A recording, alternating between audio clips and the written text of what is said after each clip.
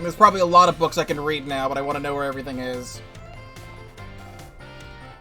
The Violet book on the right. Huh. There is another Violet book. It's the Violet book. The Mysterious Purple Tome. Wait. Does then the other Violet book, was that for a future Violet book or a past Violet book? Because if this is a present Violet book, that means it's the same book.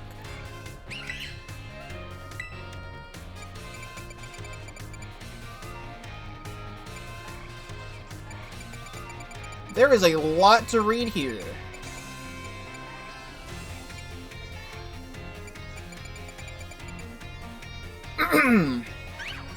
The Great Crater of Paldea. A photograph from the survey's team. Point of ingress of the crater, which is visible in the background. Luck favored us with fine weather, making for a smooth outset, but clouds obscured the crater's distant depths, where the treasure of the legend is said to lie. Now onward and downward. Oh, just one page each. Within... let me do this. I'll just get rid of the camera so you can see the art. Within the Great Crater of Paldea lies the mysterious Area Zero, a place home to such landscapes such as plant life and such Pokemon as we had never seen. It is impossible to human life, and as such, I suspect something altogether unknown to humankind sleeps within its depths. A photograph of the spot where the survey team rested on a day 2 expedition. Note the strange symbols inscribed on the ground here.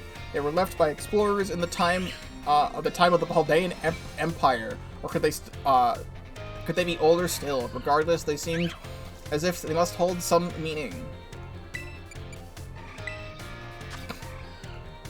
Ledges form a spiral down the inner walls of Area Zero, offering a path of descent. Vegetation and sources of water are all here as well. Legends tell the precious stones or wondrous fruits have long slept in Area Zero's depths, projected by some manner of guardian.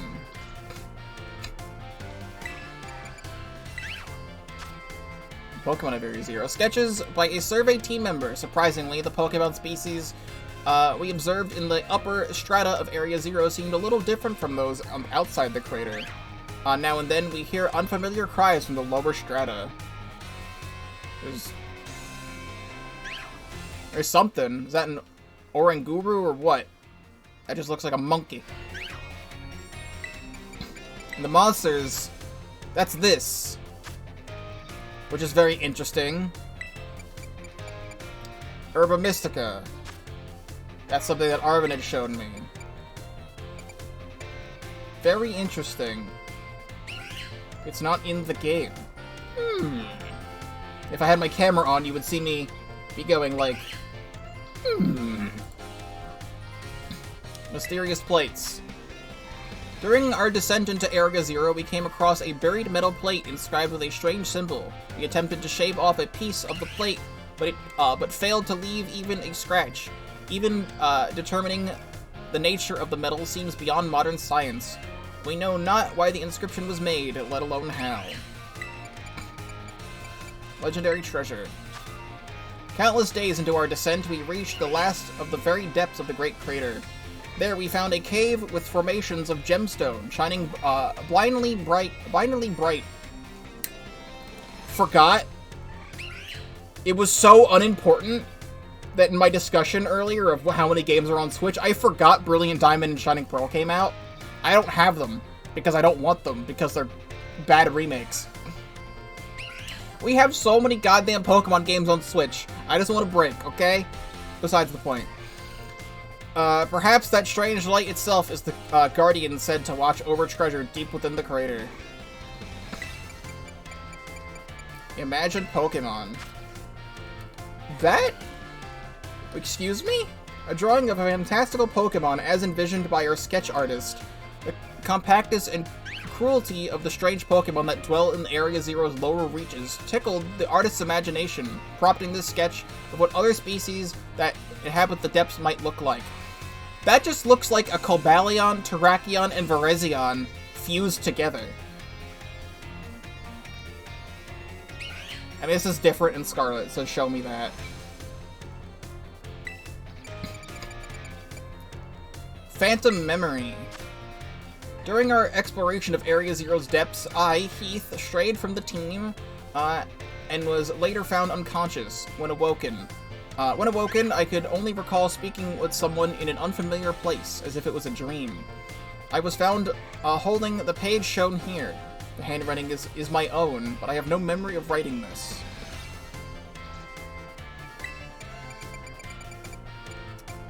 A generous sponsor.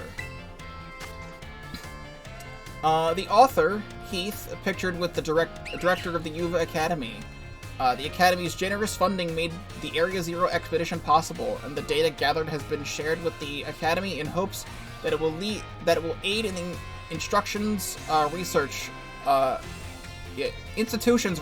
work and foster future generations of scholars and scientists. About the author. Heath, author of the Violet book, shown here with his partner Cyclazar.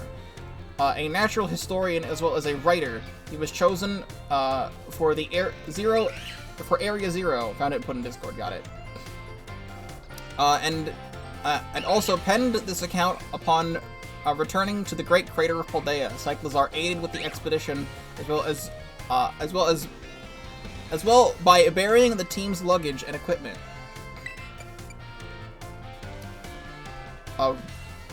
Risk Pokemon? Something. That is a frog? While separated from the research team in the crater's depths, I found a strange entity. Whether it was a Pokemon or even living at all, I know not. It bore still with layers of overlapping hexagons and gleamed brighter than a gemstone. Viewed as a whole, it wrestled a mysterious, brilliant desk.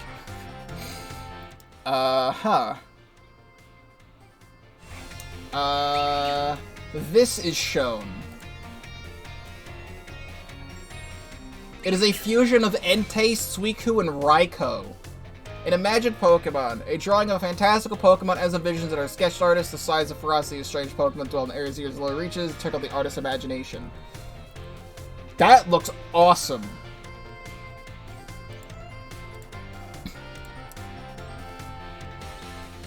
Very, very interesting.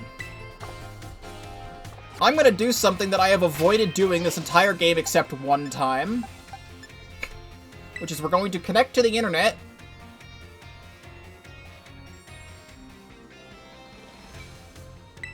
We're going to go to the Poke Portal. And I am going to do a surprise trade.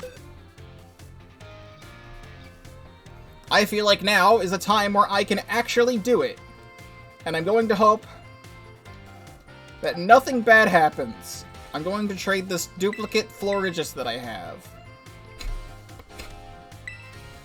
And we're going to see if anything bad happens.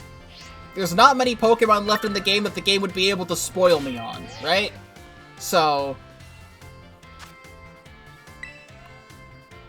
we got Quaxley the first time. If it could give me a Fuecoco this time, that would be cool. Goodbye, Florigis.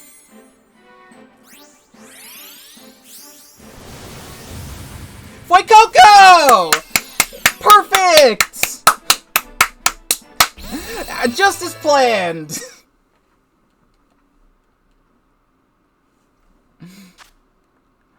Its flame sac is small, so energy is always leaking out. This energy is released from the dent atop Fuecoco's head and flickers to and fro. Thanks. Well then, I guess we'll just do this real quick.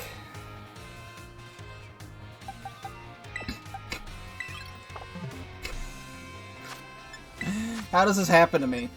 Let's do this. I'm gonna give you all my medium rare candies. Level 33. Now you're gonna learn all these moves. I'm just going to tell you to not learn these moves, and if I ever want to use you for anything, I will, teach you the moves. Except Flamethrower. You can get Flamethrower. Hyper Voice. Stop it. Okay, so now I know what Fuecoco evolves into. I'm watching someone who's playing Pokemon Scarlet, and they have Fuecoco, so I know about Fuecoco's standard evolution, and we've seen the other guy from Clavel. This is the first time this stream's getting to see this guy. Crocalor. He's got a funky sombrero. Like, he's like Mexican themed. He's got like a sombrero, but the sombrero actually has like an egg on top of it, and then when he evolves, he's got like a whole skull face. The valve in Crocalor's flame sac is closely connected to its vocal cords. This Pokemon utters a guttural cry as it spews flames every which way. Scaladirge. And then you'll just take the small candies.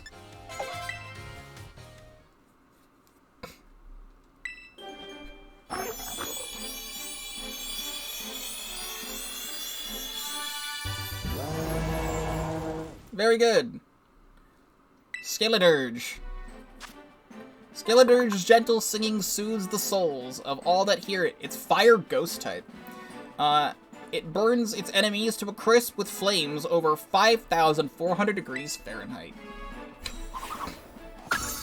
Awesome.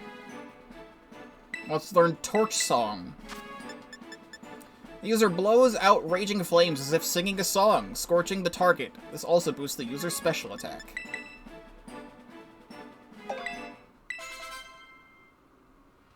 Well, that got taken care of very quickly. From what I have seen, it is on the side of one of these small things here. I think it's that right there. Yep. I missed this.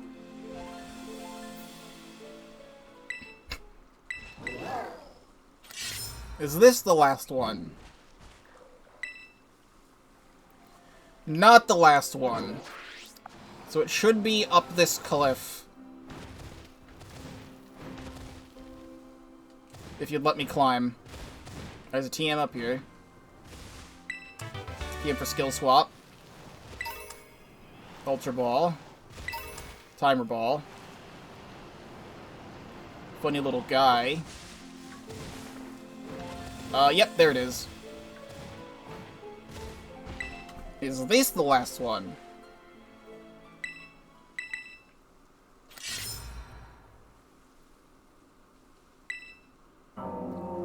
That's the last one of the green. Heard a mysterious cry coming from the shrine. I'm going to assume you're gonna be... I retract my statement. I was gonna say you're probably gonna be grass type, but the first one was grass type. So I don't know what's gonna be in here. And the other one was ice type, so I literally have no clue what type you could be other than dark something.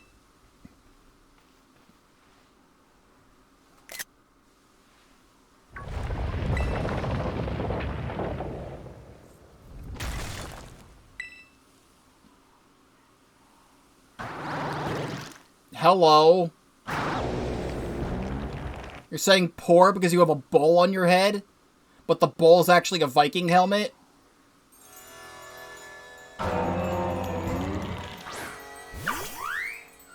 You look interesting. Ting Lu.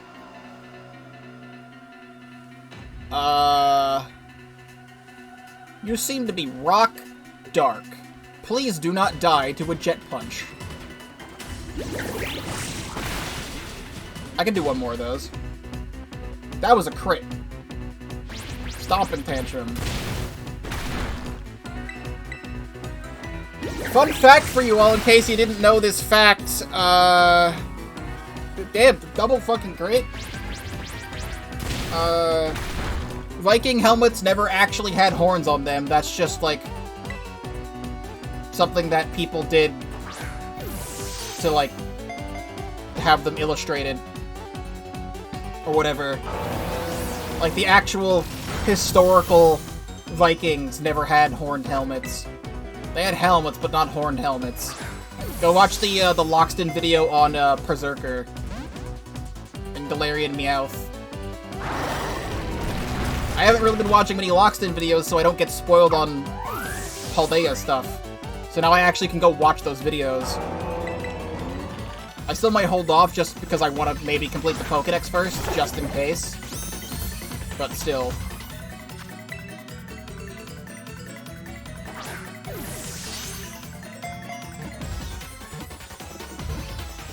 And just like that, I'm on a roll.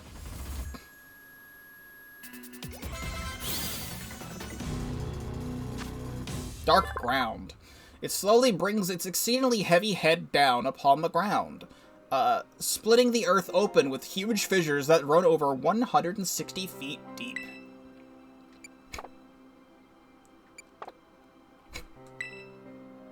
Well, there's another one. There's one left. Did I know? Now that you have a Hall of Fame badge, I've unlocked the judge function for you. While in your boxes, you can press the plus button. Oh, yes, please. You actually have new tidbits for me. That's pleasurable. So now I can go do this. I can now see all my stats. You can see all the fact that the Blowy Joey we've had this whole time, their stats are not good. Swinestein stats, not good. Pretty decent for Steve. I've hyper-trained 3 of Gaston's stats. It's pretty good stats for Viola. Good stats for Baba Booey.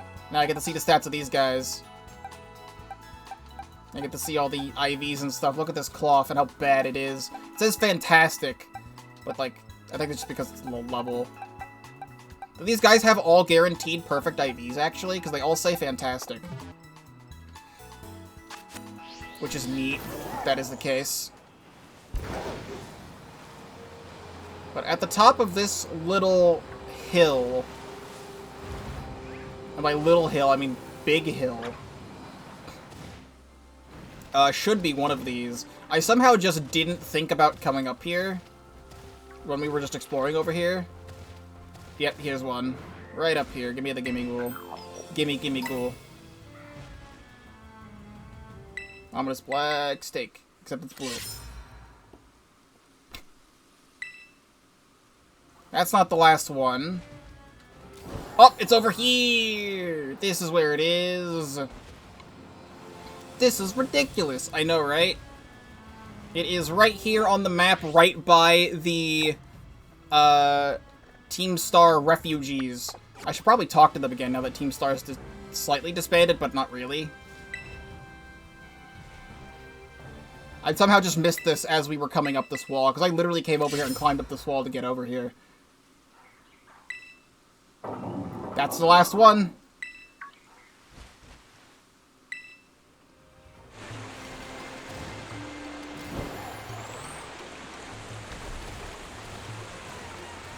Hello, Crispy Potatoes. Welcome to the stream. Going by the car tents, you can rematch the star bosses. That is something I will do later, but that is good to know. If you can refight the gym leaders, then assume you will be able to refight those guys too. This Houndoom is still drowning, which is quite unfortunate for that Houndoom.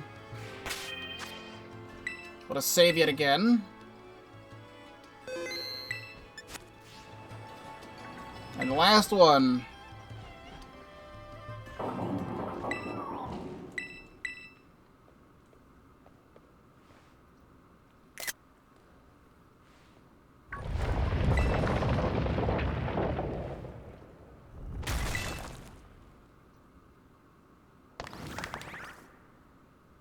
Hello, Splashy. You kind of look like the thing that I just saw in that book. But you're not a frog.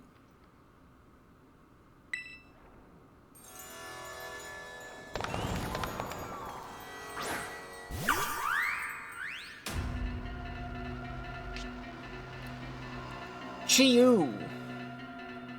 I'm going to assume you're fire type. Please don't die to a jet punch. Ooh! Imagine if Blowy Joey got the crit now. Can I still catch you while you're in bounce?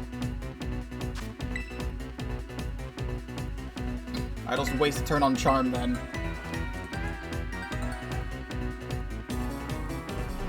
This feels like a Pokemon that should evolve. Feels weird to see a legendary Pokemon be like this small.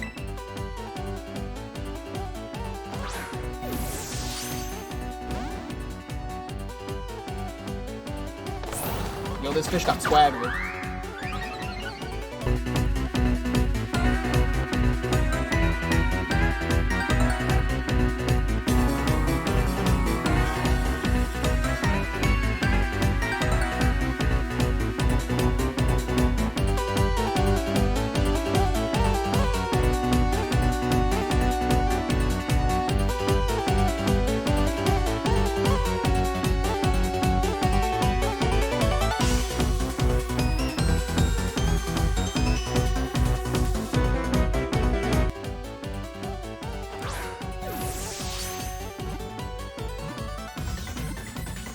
There we go! You took a while! That is what I am talking about. Dark Fire. The envy accumulated with the curved beads that sparked multiple conflicts has clad itself in fire and become a Pokemon. The thing I wanted to point out about its design is that it's obviously the yin-yang of its eyes. That looks really, really cool. But what it reminded me of is a weapon from Okami. This weapon from Okami it reminds me of. But also one of the rosary items from Okami.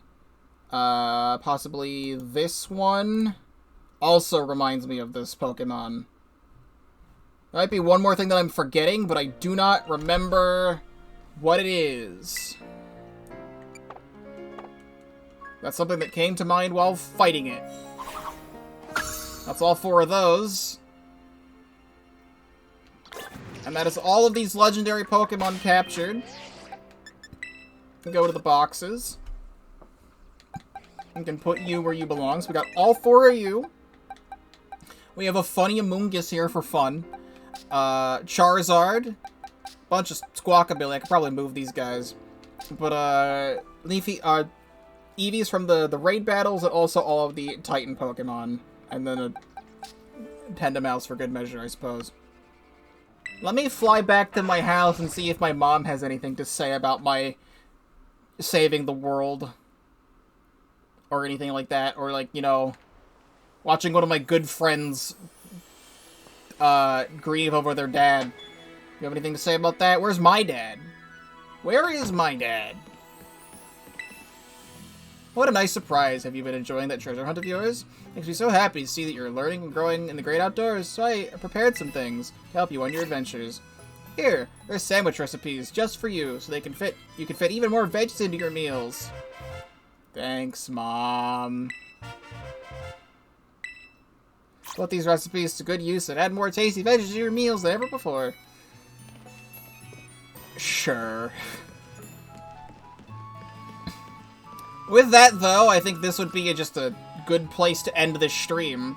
I do not think this is going to be the end of an episode, because I think the end of the game, you know, and then talking to Clavel at the end is probably going to be the end of that episode, and this would be the middle of another episode. So I'm not done with this episode, most likely. I am, however, ending the stream right now. And next time I play Pokemon Violet, we will head back to Area 0 and do stuff like that. And also re-challenge all the gym leaders and see what happens after that. Hey, this is Pokeball35, and welcome back to more Pokemon Violet. This is the start of stream number 14 of Pokemon Violet, and the start of episode 41 of the YouTube videos. I am starting on my Switch menu, because I normally start on the actual game title screen, but I just found something out like 2 minutes ago before I clicked the Go Live button. This is all being streamed live at twitch.tv/Pokeball35. Link in the description. If you're not already subscribed to the YouTube channel, please do so, because I do have a lot to offer. But look at this!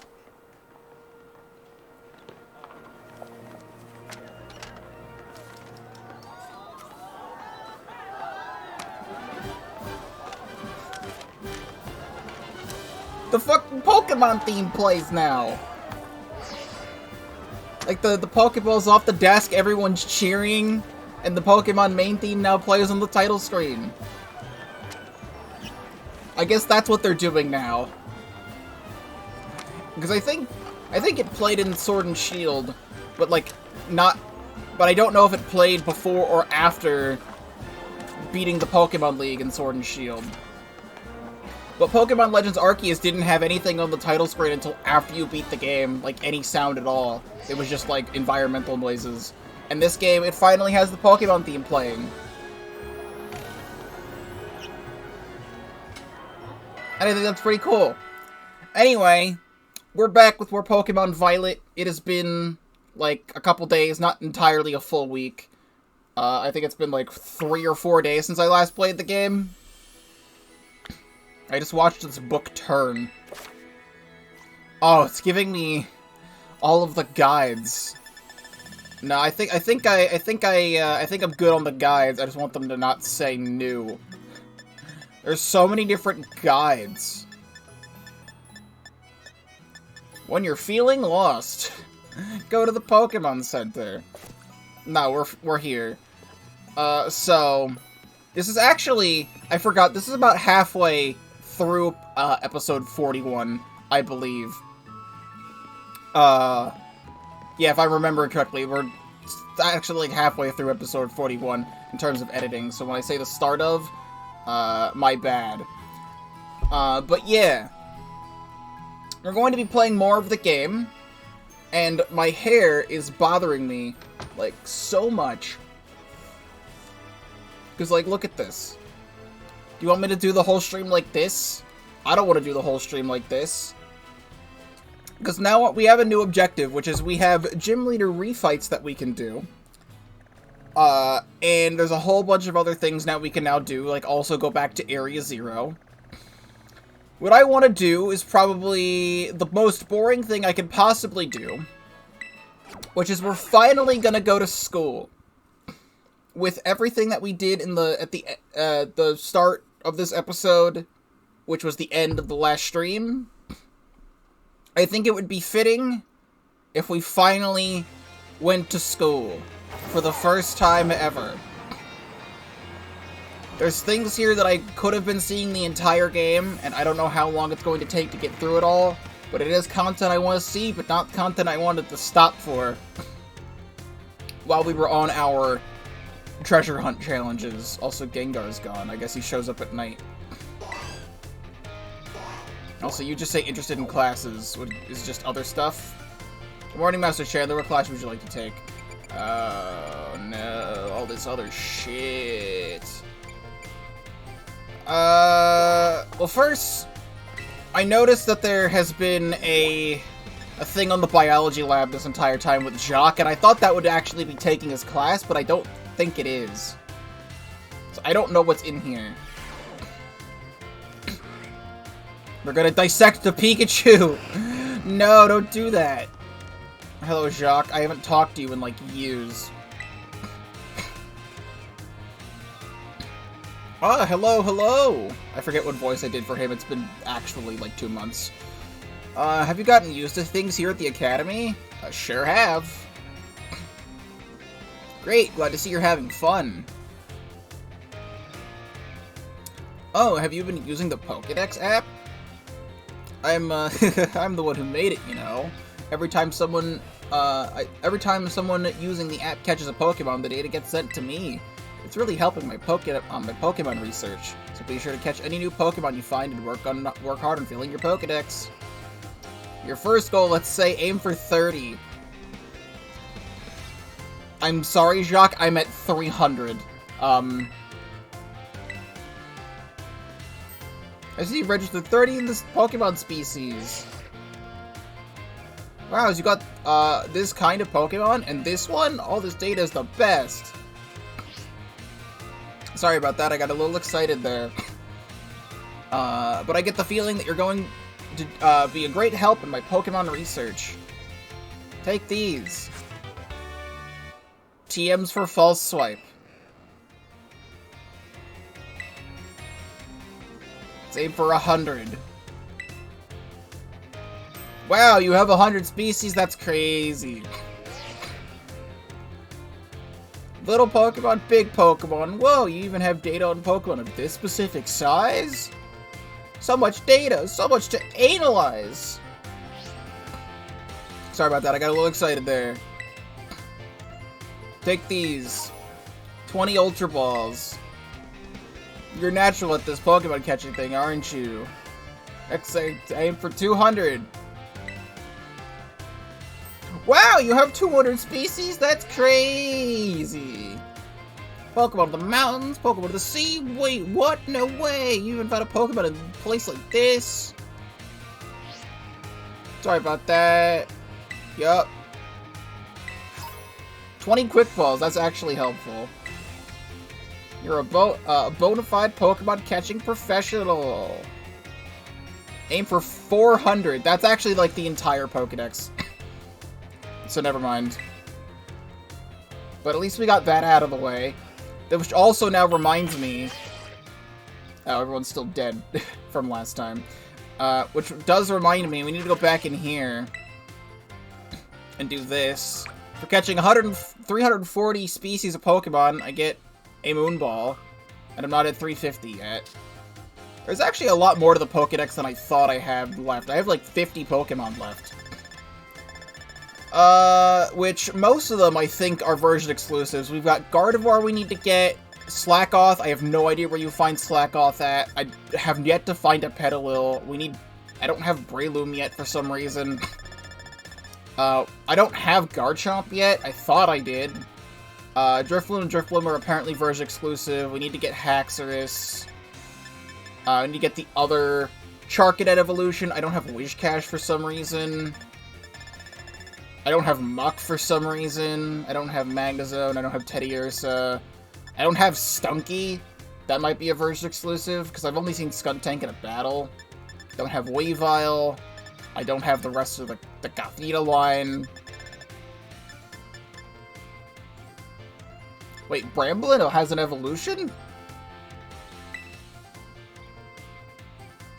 I've never seen a trainer with a Bramblin evolution, so I think Bramblin might actually evolve. There's just a spot here. Also, apparently Rellor evolves, which I didn't know. Good to know that. We don't have Pineco, we don't have Scizor. Don't have Salamence, don't have Hatterene, don't have Grimmsnarl. Don't have these, those are version exclusives. Don't have Slowking, don't have Skrelp version exclusive. You can find Bramblin's evolution in the Autumn Forest. Don't have King Gambit, version exclusive, and then there's other Paradox Pokemon we need to catch. And other version exclusive. Why is... That's so weird to put Iron Shreds, Iron Bundle, Iron Hands, Iron Jugulus, Iron Moth, Iron Thorns, then Frigibax, then Gimmighoul, then the other legendaries. It's kind of... And then more Paradox Pokemon. Like, that's just weird. So, something I do want to say... I have a couple things I want to say. Valiant and the Scarlet Paradox are special. Got it. So apparently Gimmighoul is number 999 in the National Pokédex, and Goldengo is number 1000 in the National Pokédex, and you get Goldengo by giving 999 Gimmighoul coins to Gimmighoul, which then evolves into the 1000th Pokemon ever created. This fucking guy is the 1000th Pokemon. Well, we got a little bit of catching up to do, but that's not too bad. Like I said, we're gonna do school stuff. I don't know how much the school stuff is gonna take, but we're gonna do school stuff.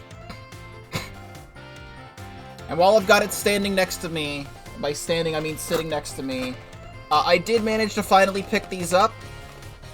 These, I'm gonna go full cam for this. It is easier to do it as full cam. I have now received my Pokemon Splatfest keychains. They had these back in stock on my Nintendo after the Splatfest. It's now been, like, another Splatfest and a big run since then, pretty much. But Pokemon Splatfest keychains that have Sprigatito, Fuecoco, and Quaxley on them. I don't know what I'm gonna do with these, but I have them. And I just want to show that I have them. In case you didn't know what they looked like. Alright, well, let's do it. Biology 2 with Mr. Jacques.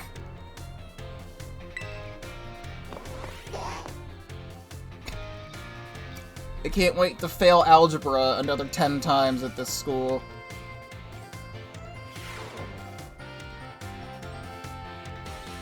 Hello, hello. I hope everyone's ready to learn some new things today. Y'all try using the ZR button to let your Pokemon out as I taught you in our last class? Yup. Yup. Sure did. If you want to learn more about making food, Mr. Sagaro's class is the best place to go. I have no idea who that is. Now, sometimes you'll enjoy a picnic with your Pokemon if I find a very, very important basket next to your table. This is very important. Something is what Pokemon are born from. Let's all say it together. Eggs. Very important something I'm talking about is a Pokemon egg. It's not clear where these eggs come from, but they're probably placed in the basket rather than stealthily by a Pokemon and the picnic. Walking around with an egg will warm it up and allows you to hatch it. Eggs won't warm up by sitting in boxes, though. You need to have them in your party. There's some more super important thing I'd like you to remember about eggs. Pokemon entrust us with their eggs because they believe in us. So I sure would be happy to see you all being responsible parents with your little Pokemon eggs. Wait, my face cam's covering it? But Petty's sitting at the back of the class.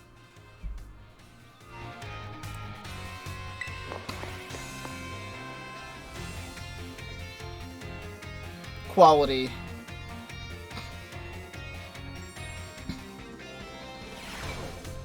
Which is actually interesting because Penny never attends the classes. Now that we've, like, beaten the game, she's, like, attending the classes. That's my headcanon. She's totally not there beforehand. Biology 3.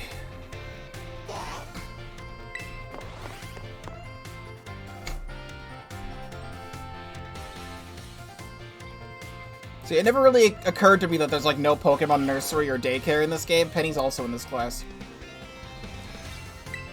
Remember, you're teaching all about importance of eggs in our last class together. On that note, everyone using their PokéDex, it registers Pokemon born from eggs as well as those encountered via other methods, so don't worry about that. I'm the one who made the PokéDex app. It was way before I started teaching here at the Academy. Back then, I was a researcher. In fact, Director Clavel wasn't working in education at the time either. He was researching alongside me at the same facility. We got to research Pokemon together day in and day out. Those sure were fun times. I got yelled at all the time, though. Wait a second, how'd I get onto this? I'm pretty sure I was talking about the Pokédex. Anyway, today I'd like to teach you about Pokemon catching. Woo! Pokemon catching! Inflict Pokemon with a status condition. Wow, I did it! Stat Pokemon with the status is easier to catch. That being said, I don't have a single Pokemon on my party with a status move. Any food that gives you catching power works too. Sneaking up on a Pokemon from behind, catching them by surprise will also when you start a battle and they're having trouble. You might want to take the rounds of the gym badges. Earning gym badges will make it easier to catch Pokemon of higher levels. Wow, that's such great information, Jacques. Thank you so much.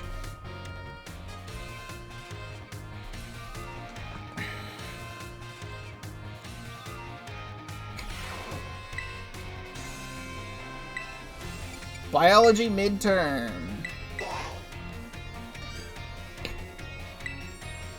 Don't be tardy.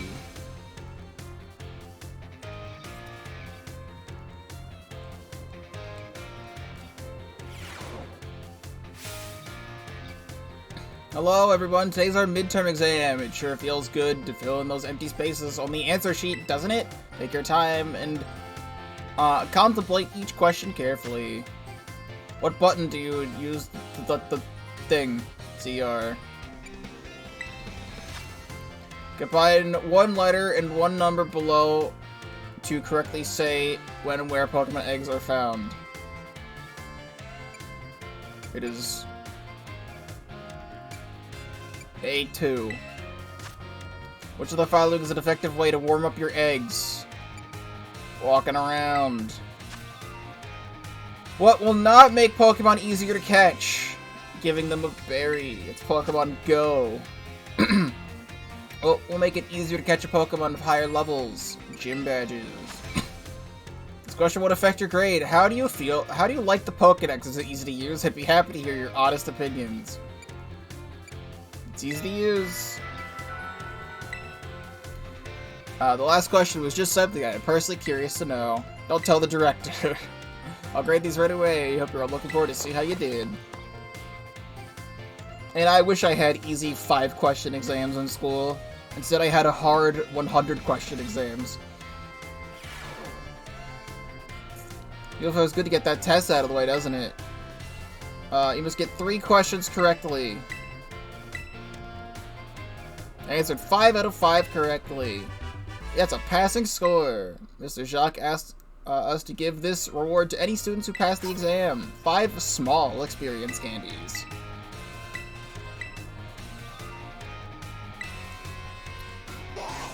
Biology. Is it? Did I already do biology 4, or is this new? I think we're gonna be here a while, chat.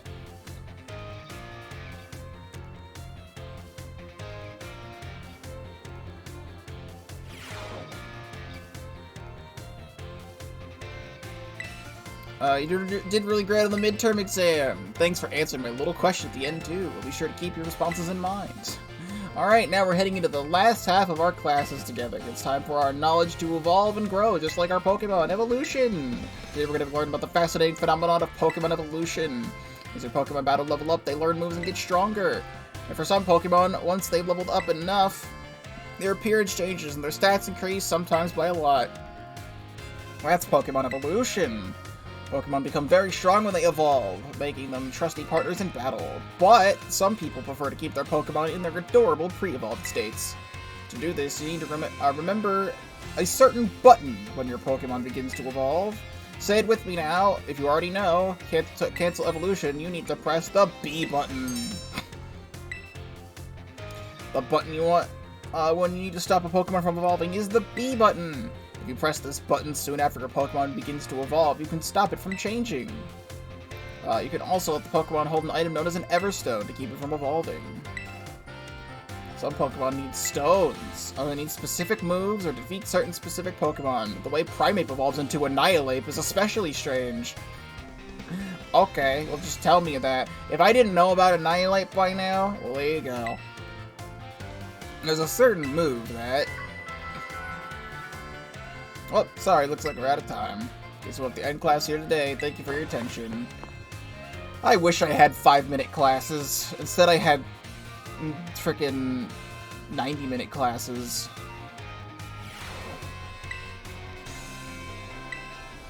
Biology 5.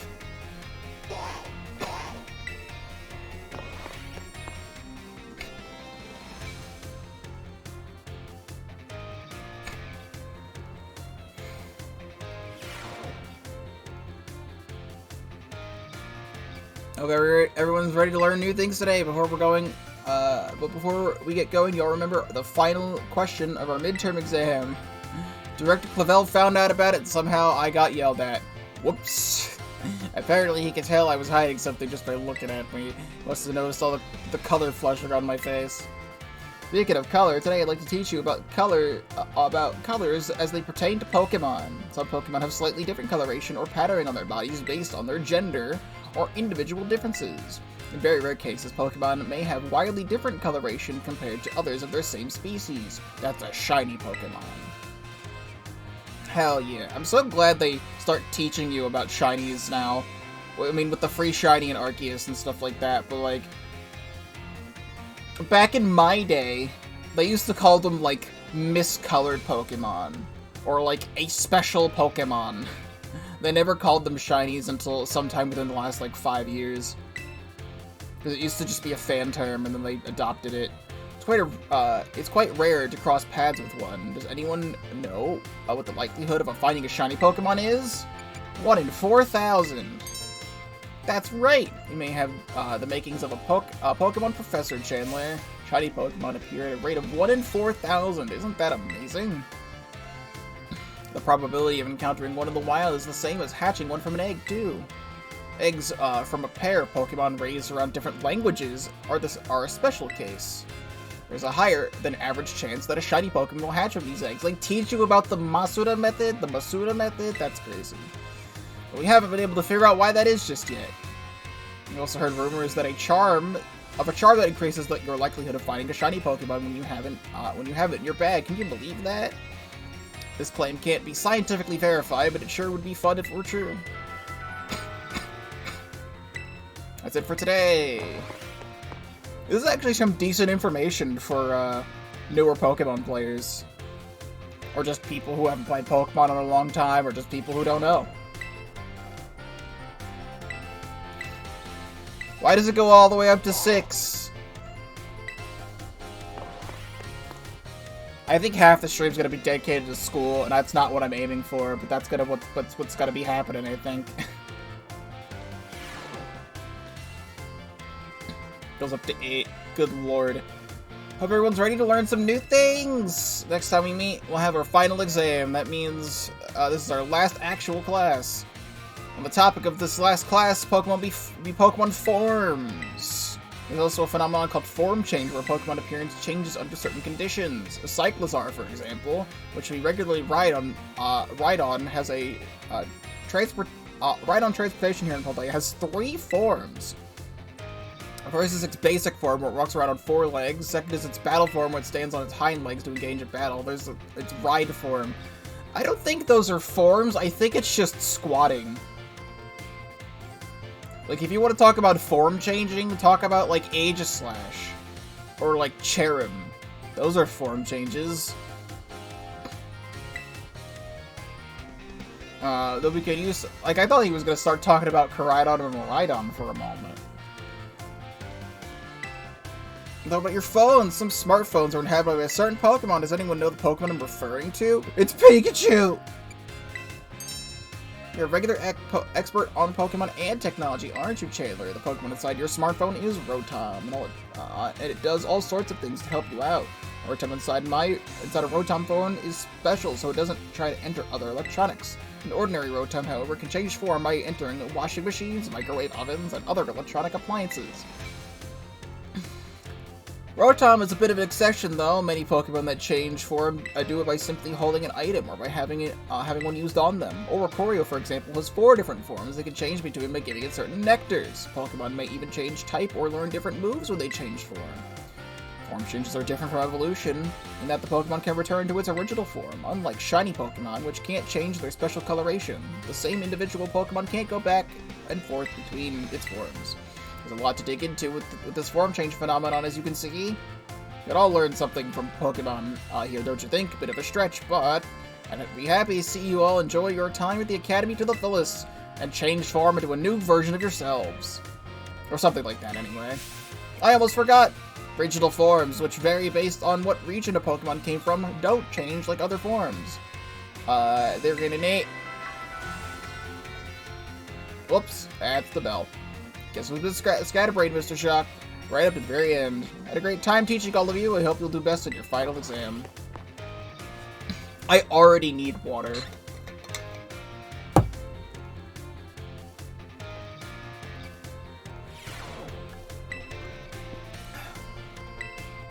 Biology final. Yes.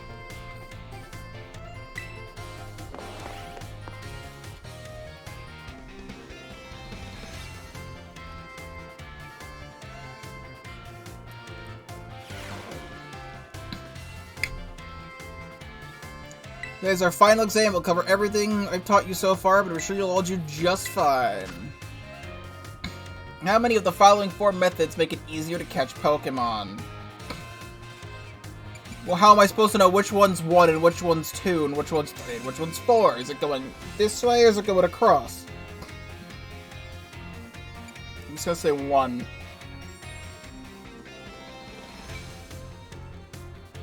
Oh, it's how many?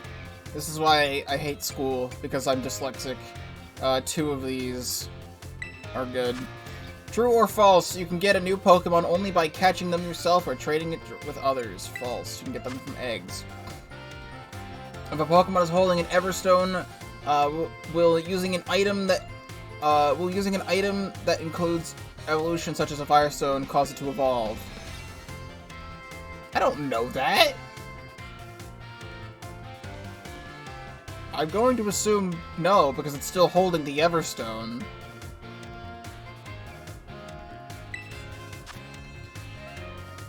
Shiny Pokemon is 1 in 4,000. True or false, the Pokemon known as Orcory has 3 forms. It has 4.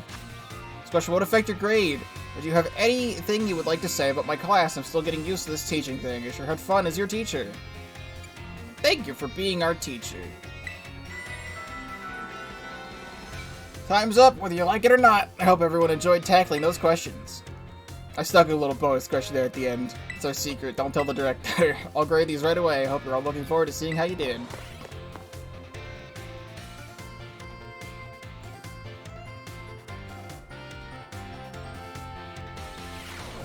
Oh, there's Gengar. Does it feel good to get that test out of the way? Let's get 3 of the questions correct. Oh, I got 5 out of 5 correct. Let's go. Mr. Shock asks us to give you this. 5 medium experience candies. Stop licking yourself like that. Alright, it's all gone. There's still math, history, languages, battle studies, art, and a home ec. I don't want to do this. I don't want to click the math button. Oh, it's time. Sure. I don't want to click the math button, chat. Can you just give me like 2 plus 2, like 17 times? Yeah, I'm aware. Hello everyone, it's nice to see you. My name's Time and I'll be your math teacher. Sorry to put all you on the spot at the start of the class, but let me ask you a quick question. Do you enjoy numbers, arithmetic, and that like? No! Yeah, sorta. Oh, I see Nemona in the front row. You know, it's nice to see a friend of mine suffering with me. That makes the class a little bit better. Honestly, if we had to partner up for anything, Nemona's right there. I don't want to do any voices for these characters right now, to be honest, if I'm doing this much reading. Thank you for your honest responses. Some of you may like numbers, some of you may not. I think that makes a wonderful mix. I think that makes this class awful. But no matter your opinion on math, I hope you find yourselves enjoying our lessons together. I'll do my best to find a good way to match up your interest with all types of math lessons. Speaking of which, you're all caught up on the studies of Pokemon type matchups. Grass strong against water, water strong against fire. Chandler, you seem to be good with Pokemon. Let me ask you this. Bearing in mind that water is strong against fire, if the move Water Gun hits a fire-type Pokemon, what becomes of the move's damage? It's doubled. That's right, I know I can count on you, Chandler. Using moves of a type that's opponent is super effective multiplies the damage by 2. On the other hand, using moves of the type that your opponent is resistant isn't very effective. It divides the damage of your moves by 2. I don't mean to encroach on Miss Dendra's battle studies territory, of course, but I thought it's best to use a lively topic as an example. That can make math fun for those who don't like the subject very much, don't you think? No!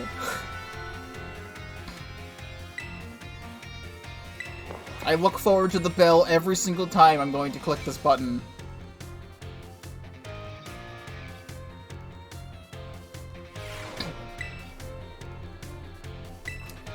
Is her name Time because she teaches the times tables? I think it would be better if she was like a teacher that did things with plants. Let's have a fun class today. Do you all enjoy shopping? Like tasty bread or choosing new clothes? Even just window shopping is so much fun. In today's class, I'll be using shopping, one of my favorite hobbies, mind you, to teach you about math. I'm sure everyone here has visited a Pokemon at least once. They sell stuff. Pokeballs are one of many useful items you can find there. They cost $200 each. Now then, they'll do the same thinking with me here. Well, Pokeballs, $200. If you had 2,000, bought as many Pokeballs as you could afford, how many would you receive? So I've seen this online before. I've seen people complain about this. If you say 10, which is correct, it's actually wrong, because they want you to include the 1 Premier Ball that you get for buying 10 Pokeballs. That's correct, well done. With 2,000, you can afford to purchase the maximum of 10 Pokeballs. However, if you purchase 10 or more of any type of Pokeball, you will also receive a Premier Ball, a special white ball as a bonus. So the correct answer is, in fact, 11. So it's nice to get a little bonus out of a shopping trip. Look forward to seeing you all in the next class. I hope you're all looking forward to it. I'm going to take a small detour, chat, with some stuff here, because I do want to talk about some things while we're doing this. So, about 2 days ago, from the time of this stream, it's on the Switch news section right now, they just released this video that shows every single Pokemon. We're finally up to 1,008 Pokemon, and I did watch this video up until where they show everything from Paldea, because they show all the new Paldean Pokemon. Also, Pog, Hilbert, he's being blocked by a letter O. The number 0. One of those things. But that's a thing there that I do want to watch once I do complete the Pokédex. I do suggest you go watch that video if you've completed the Pokédex, because it does show everything. They did release high-quality renders of, like, every Paldean Pokemon now. I did see some stuff for, like high-quality renders of, like, Iron Valley and stuff like that, but not any Paradox Pokemon that I have not seen yet. So, there's that random person. I also just want to bring something up while we're in the school right now, which is, I believe I saved it, yes. Some new card art for the Scarlet and Violet set was released, and there's this card of Miriam. I just thought this was important to share.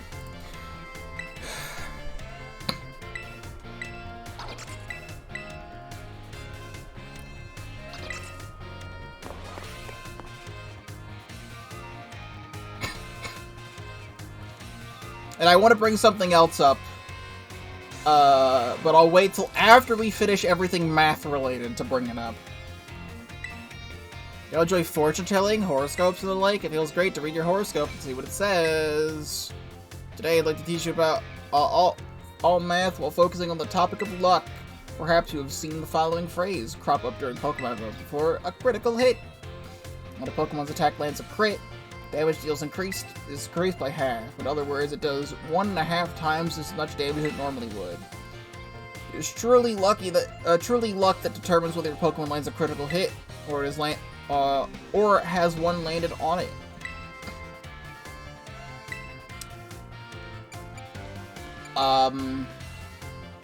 I'd say 12 in 100. No? Wait.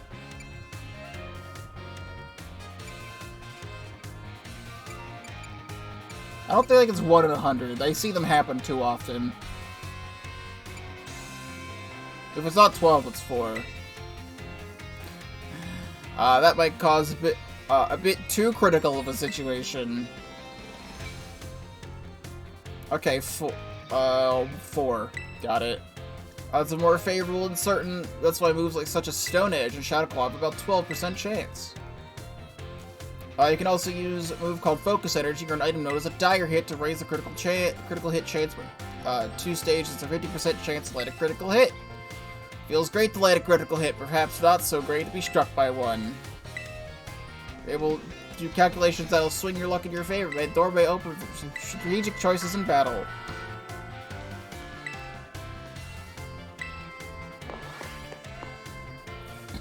Yes, give me the midterm.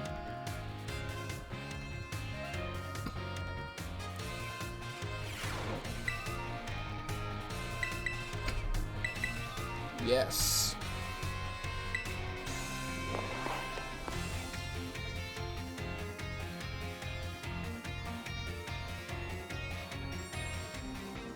I have a feeling this might be the longest episode of Pokémon Violet I'll ever upload.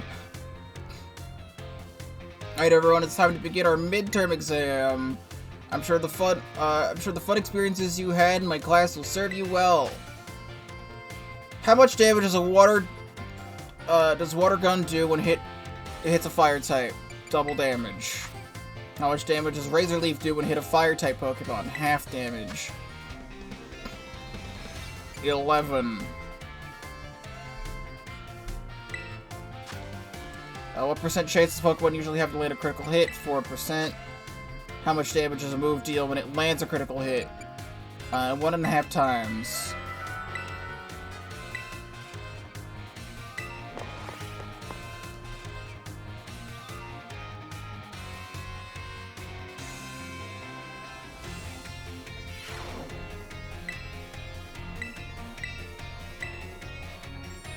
Five out of 5 correctly! Hooray! 5 small XP candies.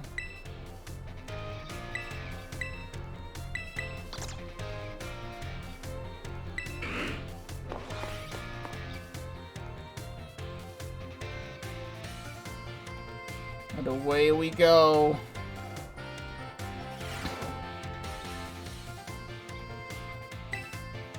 Some of you earned a perfect score, as others seem to have a bit of trouble. I can tell that you tried your best. I'm quite pleased to say that every last one of you passed. I can only assume this means you'll have to love numbers, and I don't want to love numbers. Speaking of staying sharp, do you know how that word applies to Pokemon battles? That's right, stat boosts. Pokemon stat can rise and fall throughout the course of battle. Correct. For example, Pokemon use a move such as Work Up. Its attack and special attack will raise by 1 stage each. As you may know, each Pokemon's attack or special attack raises 1 stage. Moves are affected will deal 50% more damage. If the same Pokemon from a previous example were to use Work Up again, its attack and special attack will be risen by 2 stages total. I love how every single person in this classroom is taking notes but me. That's exactly how this would normally go. This result will result in a 100% increase to do damage dealt, making moves twice as strong. Also, Nemona's not taking notes, but she's too smart for anything. She doesn't even need to be here. Sword Stance, on the other hand, boosts attack by 2 stages at once, allowing the Pokemon to deal double damage right after a single use. Using Sword Stance twice would boost the Pokemon's attack by 4 stages. That would do quadruple damage. This question is a tricky one, isn't it? Just because it boosts the Pokemon stats by 4 stages doesn't mean it does quadruple damage. Each stage of the Pokemon's attack or special attack is raised damage by 50%. So raised by 4 stages would result in a 4 times 50% or 200% increase. The base damage of a move is 100%, so adding 200% that gives us 300%. In other words, the next move a Pokemon uses will deal triple damage. Type matchups, critical hit damage, and other factors play into these calculations as well, so even small boosts may be taken seriously. By the way, if a stat simply rose, that means it has gone up by 1 stage. If rose sharply, that means 2 stages, or as drastically as 3 stages. Oh my god, I wish you would stop talking. I do not want to hear it. You were spitting numbers at me, and that's when my brain shuts off. What happened to me just pressing the A button and having a move happen? Time, can't you just give everybody in class a free Meowscarada so we can just flower trick everything to death? Because everything lands a crit.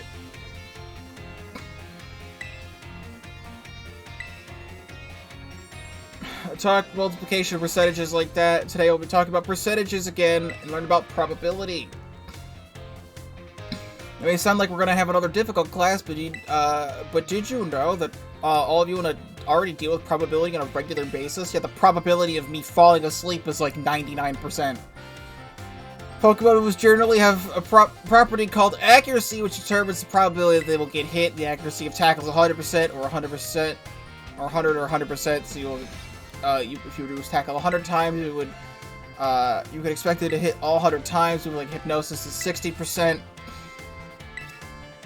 I'd miss 40 times.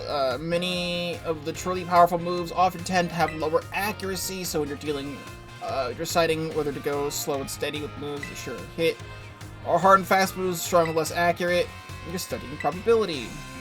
Perhaps Surf and Hydro Pump would be good examples. Surf has a power of 90 and an accuracy of 100, meaning you can expect it to hit every time. Hydro Pump's accuracy is 80, but it deals 110.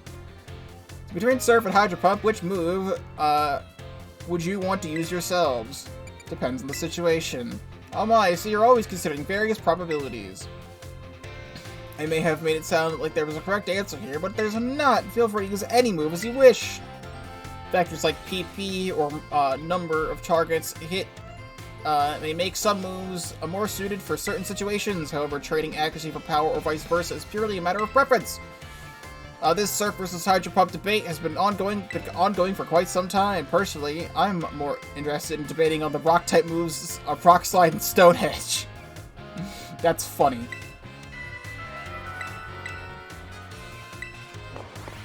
It's funny because, like, Stone Edge is like a meme move in, like, competitive or something because of how often Stone Edge never lands.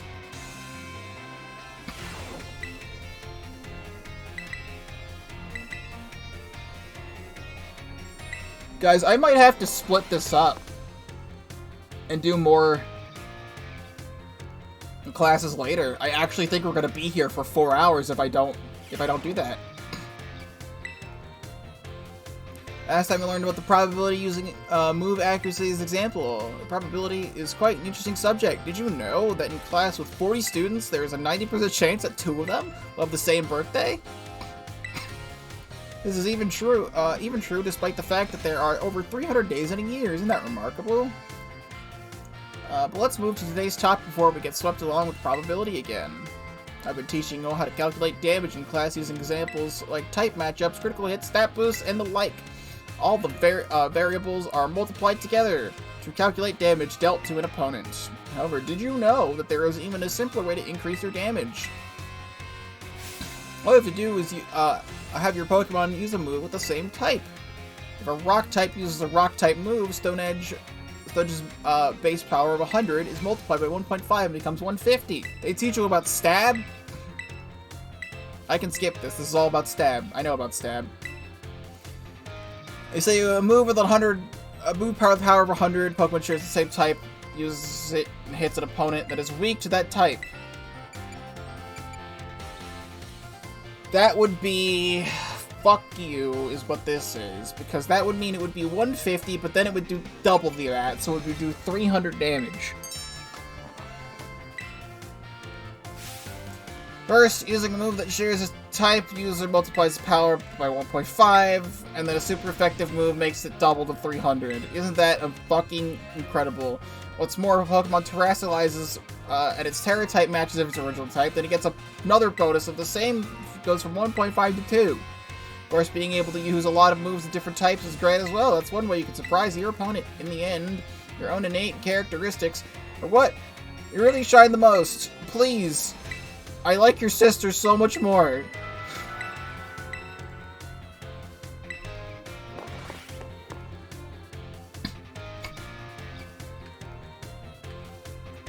I'd say Rhyme is my favorite gym leader, but Time is my least favorite teacher, on the principle that she teaches a math class.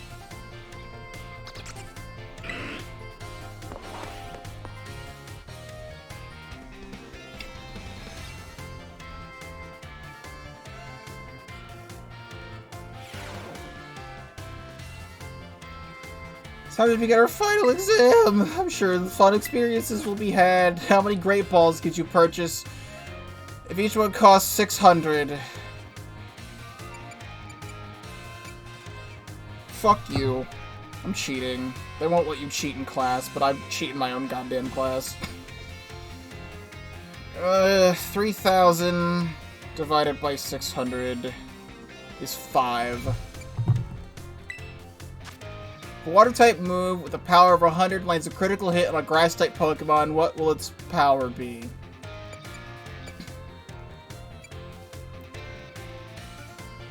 $75.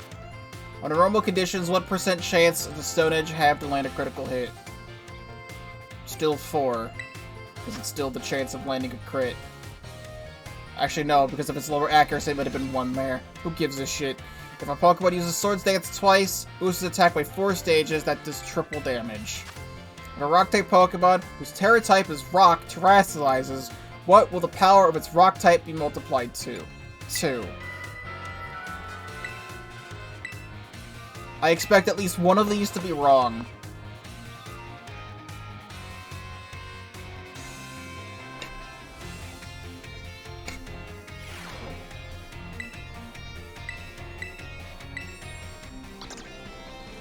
Bada boom. Just as expected. I know my strengths. That's a passing score. God, I never want to go there ever again. That was actually giving me PTSD. Alright, I said I was going to show you guys something once we were done with math. This is very, very important. I have to mute the game for this one. So last night, something happened. I don't use TikTok, but the official Japanese Pokemon TikTok account posted something. If you're fucking happy and you motherfucking know, clap your motherfucking hands. If you're fucking happy and you motherfucking know, clap your motherfucking hands. If you're fucking happy and you motherfucking know it, and you really motherfucking wanna motherfucking show it. If you're motherfucking happy and you motherfucking know it, clap your motherfucking hands. That is a real post from the official Pokemon TikTok account. Needless to say, I got there just in time to record that, because like right after I recorded that, the video was taken down. It was up for about like an hour before it was taken down. Now, with the power invested in me, I have created a hit tweet, and I posted it to Twitter.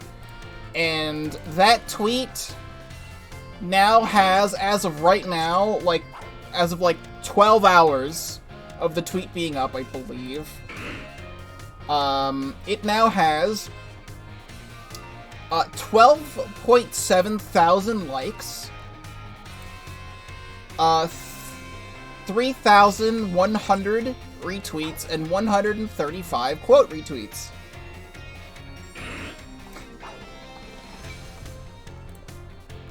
I am now gaming. Now people won't get mad at me for my bad Splatoon opinions, they'll just be happy that I posted a funny video. I did forget to make the post of like, hey, subscribe to my YouTube channel after I made the tweet, so I recently did that again. That tweet where I say, go subscribe to my YouTube channel has like 50 likes and no one's done it yet. But I'm not even complaining. I'm just happy that people are finding that video funny. I don't even know how that managed to even happen. But I will almost want to say this is now... I'm just going to show it on screen as well. Go to desktop here. You can see this for yourself. And this is the tweet I made. This is the biggest Pokemon blunder of all time. I don't even use TikTok, but I had to preserve this glorious video. Pikachu canonically says fuck. I almost want to say this is now my most popular tweet, because I had made a tweet in 2019 of a Tommy Wiseau meme that he retweeted, and that blew up my original Twitter account a lot, and I gained like 200 followers from that on my original account. But now that that account doesn't exist anymore, I'd say this is probably my most popular tweet. So I took advantage of the situation, and I'm just gonna play it one more time just because it's hilarious. If you're fucking happy and you motherfucking know it, clap your motherfucking hands. If you're fucking happy and you motherfucking know it, clap your motherfucking hands. If you're fucking happy and you motherfucking know it, and you really motherfucking wanna motherfucking show it. If you're motherfucking happy and you motherfucking know it, clap your motherfucking hands. How does something like that even happen? We're gonna take the history class, and then I think I'm gonna have to stop being at school because I'm gonna actually implode. I do want to make actual, like, post-game progress today. So, the history class sounds cool. Miss Ryfort.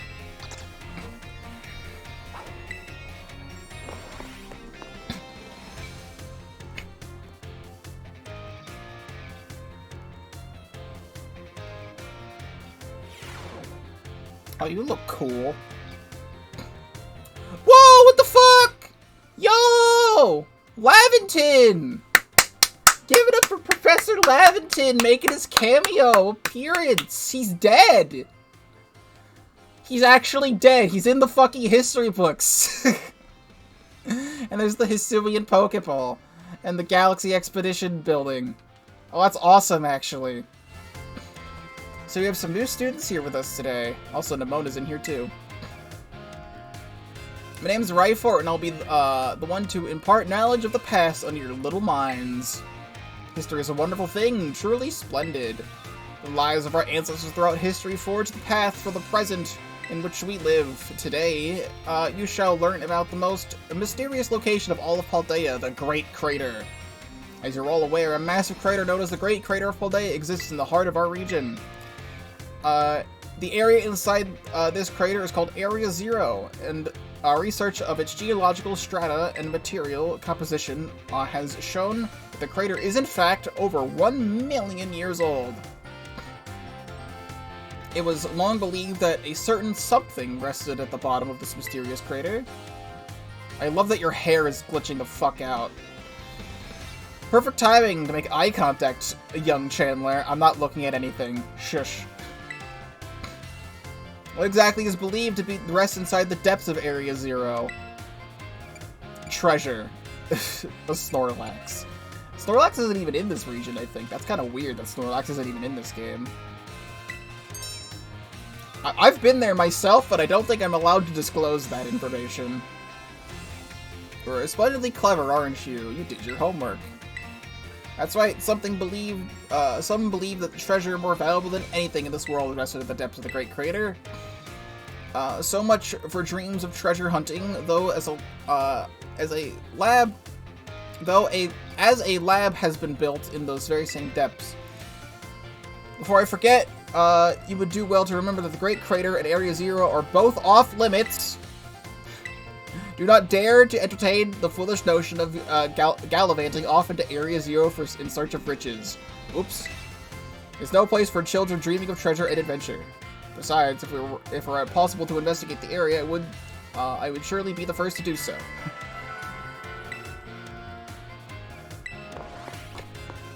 Hey, if you're gonna, like... This is gonna be, like, a fun class. Because you're just showing Professor Laventon up there.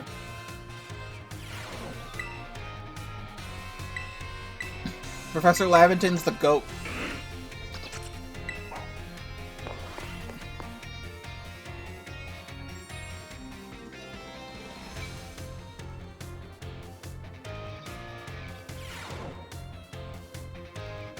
Greetings, my little students. Whatever you did yesterday is now part of history. Today we will continue to unravel the marvels that history has presented us. About 2,000 years ago, this region came under the rule of the Paldean Empire. Historical accounts describe the Paldean Emperor as being quite the dictator. This emperor also zealously believed the legend of the treasure that rests deep within Area 0. I must mention that the civilizations of our ancestors were not as developed as ours today. People back then were far more likely to believe in mysterious legends, magic, and beings beyond human comprehension. We live in the Pokemon world. In an attempt to gain the power to stand against Paldean's neighboring countries, the Emperor sent people in droves to join the hunt for the fabled treasure of Area 0. Perfect time to make eye contact, young Chandler. I'm not looking at your boobs, I swear. Approximately how many years ago was the Paldean Empire? You said 2,000. I mean, she said 1 million for the crater. I remember hearing this not even from you, from someone else. Yeah. Surprisingly clever one, aren't you? I see you're listening intently to my lecture.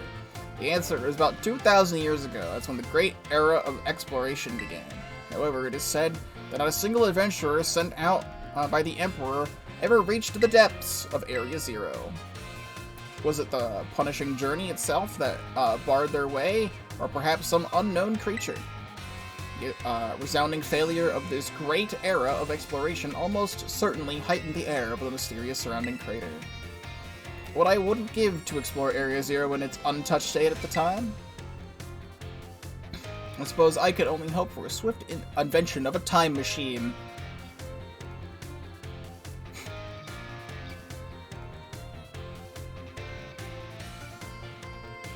I just noticed I am looking at her boobs because she does have an Articuno pin. She's on Team Mystic. Hell yeah. Is it time already? You must have got swept up and filling your minds with knowledge. Actually, isn't that called a brooch? What is a brooch?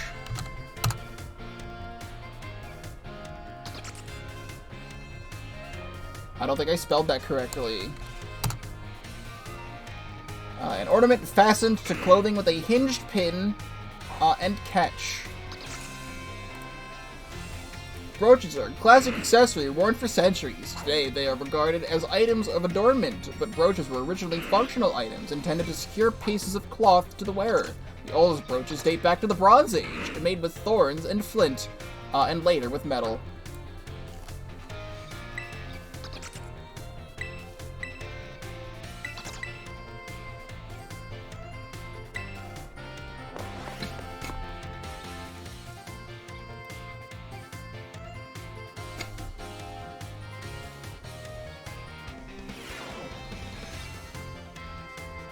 Greetings, my little students. Whatever you did yesterday is now part of history. Today we will continue to unravel the marvels that history has presented to us. As you should remember from our last class, the Area Zero's great era of exploration began about 2,000 years ago. This era lasted for approximately 1,000 years, but not a single soul was able to venture all the way to the depths of Area Zero. Having poured much of its human and financial resources into exploration of Area Zero for so long, the Paldean Empire fell into decline. 200 years later, or 800 years ago, the Empire and its surrounding nations united into one entity. This was the formation of Paldea as we know it today. This very academy where you're now filling your young minds with knowledge is also apparently established at the time. In fact, this school building, though certainly having undergone repairs throughout the years, is just as it was when it was built so long ago. This very structure is a piece of history. Things of old are truly splendid. I would certainly prefer to not have the Pokeball portion, though, a relatively new addition. Let's see if you've been listening to my lecture. Tell me, approximately how many years ago did this academy establish? 800. I hate nothing more than when a student only pretends to listen. This academy was constructed exactly 805 years ago, to be precise. In other words, your academy here is 805 years old. At the time, it offered state-of-the-art facilities and a unique curriculum, as such, people used to say. I can't wait for Pokemon Legends Cyclizar. Those seeking knowledge need look no further than the grapes of Paldea. That's right. We're referring to the Yuva Academy. It is said that this proverb of sorts was used outside the Paldea region.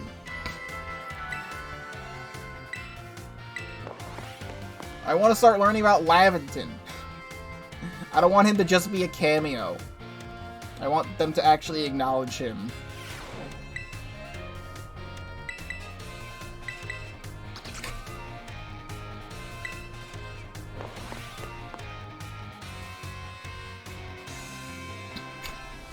I have been in school for an hour.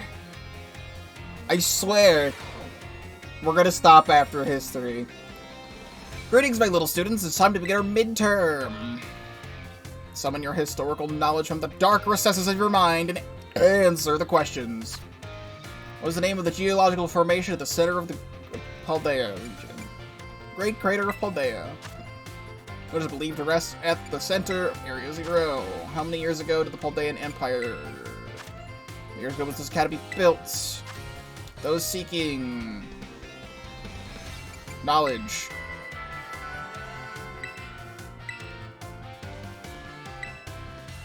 Ends our midterm.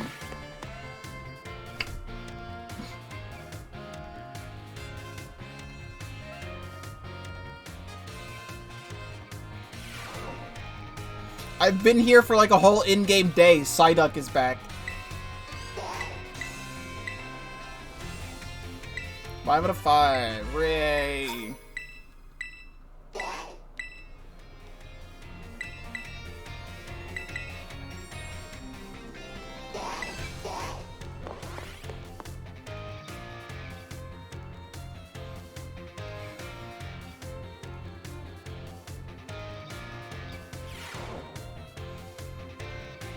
Greetings, my little students. Whatever you did yesterday is now part of history. I was hoping to continue unraveling the marvels that history has presented to us today. However, I imagine your ability to concentrate has been spectacularly derailed by my midterm.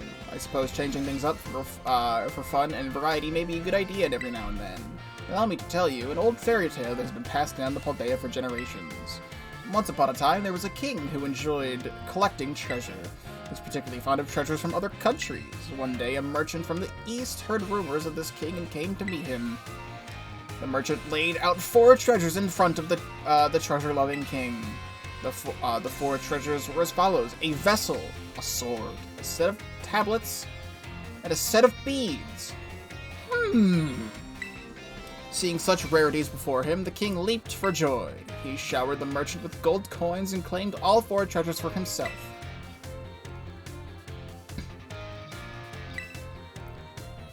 It is said that the treasures were a set of tablets. What do you think these tablets were? Handheld electronic devices.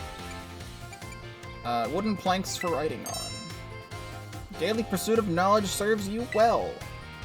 These particular tablets were wooden and used for used as writing medium in the East in ancient times. As you may know, they fell out of popular use as paper became more universally available. For the king to consider these paper substitutes treasures, they must have been of superb quality.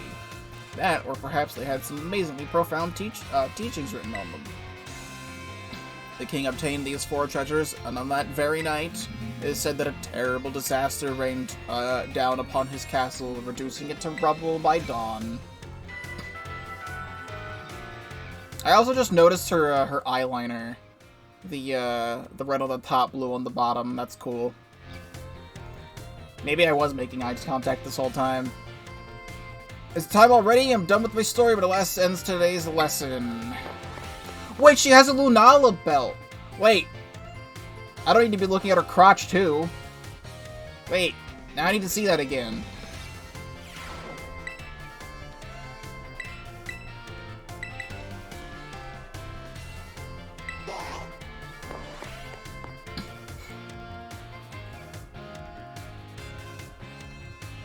Let me in!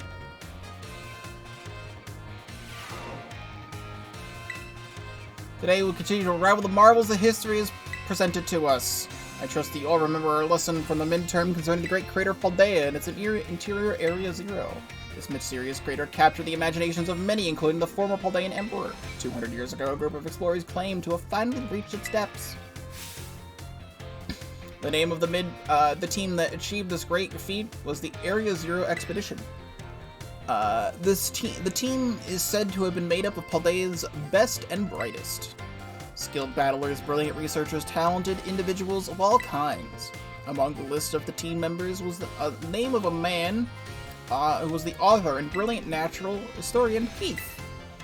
After returning from the expedition to Area 0, he used his literary talent to record the events of the expedition and publish them. She does have a Lunala belt buckle. No, I want to see that. Perfect timing to make eye contact. Let's see if you were paying attention. What's the name of the thing? Area 0 Survey Corps. Correct answer is the Area Zero Expedition. The record of their activities written by the expedition member Heath can be found in the bookstores, and the like even today. No! There was the Violet book. At the time, the entire region of Paldea was absolutely buzzing around Area Zero. The Violet book was so popular that practically everyone had a copy. However, the book itself was full of fantastical descriptions and illustrations of things that could never be thought of as real. The masses all began to call Heath a liar. Even the truth of the expedition making it to the bottom of the crater was called into question. The Violet book was condemned to the shelves of used bookstores, and just another book of the wild paranormal stories. That's fucked. There's a copy of one of the bookshelves on the ground floor of the entrance hall. Feel free to read it anytime. I read it already.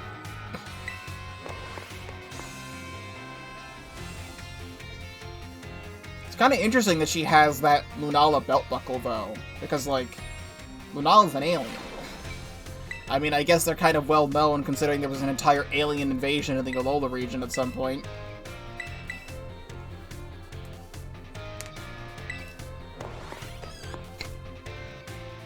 But she's my favorite teacher design-wise so far.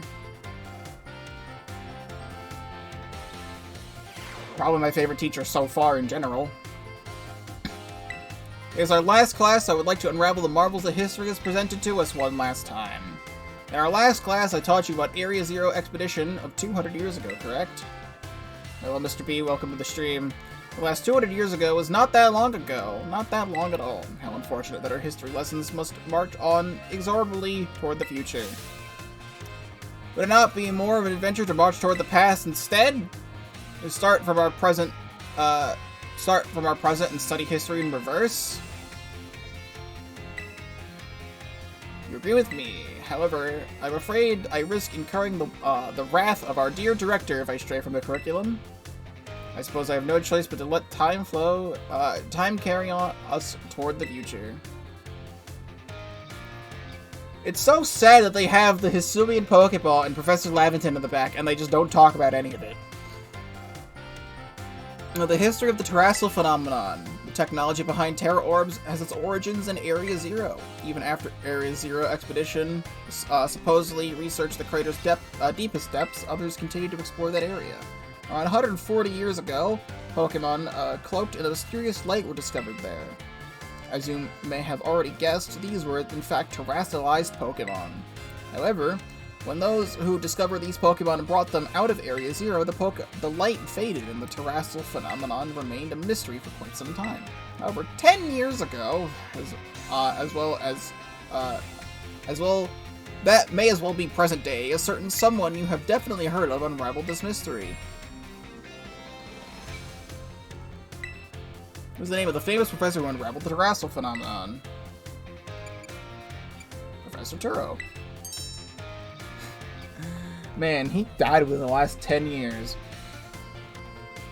Correct to think that you, a new transfer to our academy, could have answered this question correctly. It's almost like I met his clone. You may be very vigilant in your studies. Approximately 10 years ago, a professor named Turo unraveled the mystery of the terrestrial phenomenon. He discovered that the shining crystals down in Area Zero, or rather the energy they emit, is what causes Pokemon to terrestrialize. This led the professor to invent Terra Orb technology and develop a particular use for it. This technology was then shared with both the Pokemon League and our academy. Rumor has that the director Clavell was one of the researchers on the professor's team. Alas, this story is much less exciting now that someone we all know appears in it. Modern history truly is dull, isn't it? Talk about Lavington! You're a scam artist.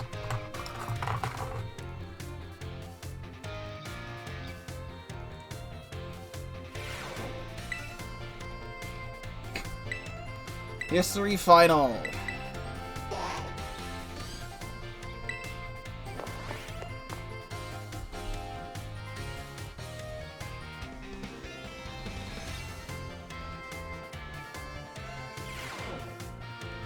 Time for the final exam! What is the area within Great Crater of Paldea called? Area Zero. How many years ago was the Academy founded? 805. Which of these did not appear in Paldean Fairy Tale, The Four Treasures? Folding Fan. Which Area Zero Expedition member wrote the record of the activities? Leaf? Kabu or V? Leaf. How many years ago did Professor Juro invent the Terror Orbs? 10.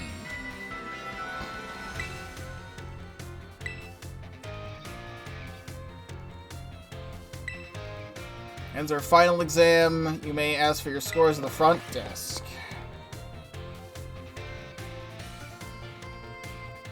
Hooray.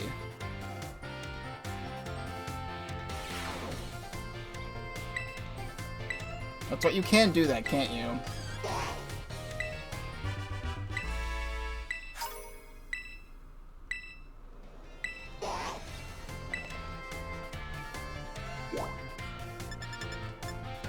I can go to the staff room and talk to the teachers. Wait a second. It takes much longer to grade exams than 15 seconds. I mean, it's a room of maybe 40 people, and each test has 5 questions on it, so I feel like that might take a little bit of a short time. Oh, the paper thing is still happening. I should also mention this because it's on my mind now that I'm in here and I just mentioned that. With all of the new Pokemon information that came out with the 1008 video, things to talk about. Right now, the Cinderace raid is back. I still can't access it right now, but if anyone has a Cinderace raid, I would like to do that. The next big raid battle is not confirmed, however, it is a Poison Terra type. People are speculating it's going to be Greninja. I don't know. You literally can't see the Pokemon in the picture, but people are saying it's Greninja. There's a Valentine's Day event that's going to happen for Fairy Terra-type Tendamouse raids. And also, late February, which is presumably going to be Pokemon Day, February 27th, there's going to be a patch to this game.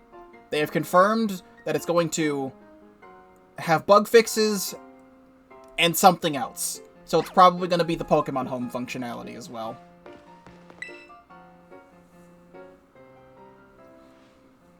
If it isn't Chandler, hello there. Do you perhaps have a question about class? Sure. What are you having trouble with? Oh, no, I don't want to... No, I don't want another fucking quiz. No, why did I say that I wanted to talk to her? When a Rock-type move hits a Flying-type Pokemon, its damage is doubled.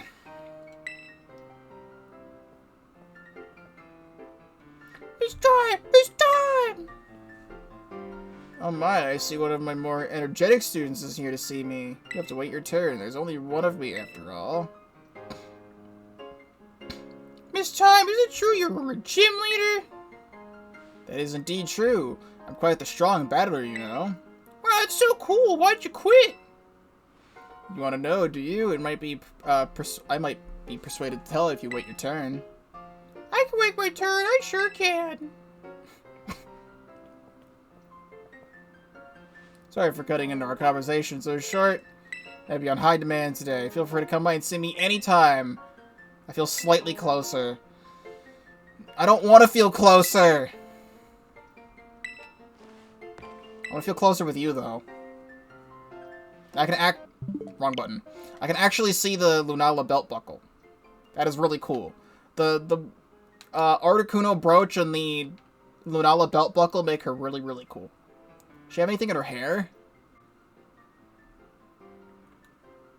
I can't really tell. You're from Class 1A.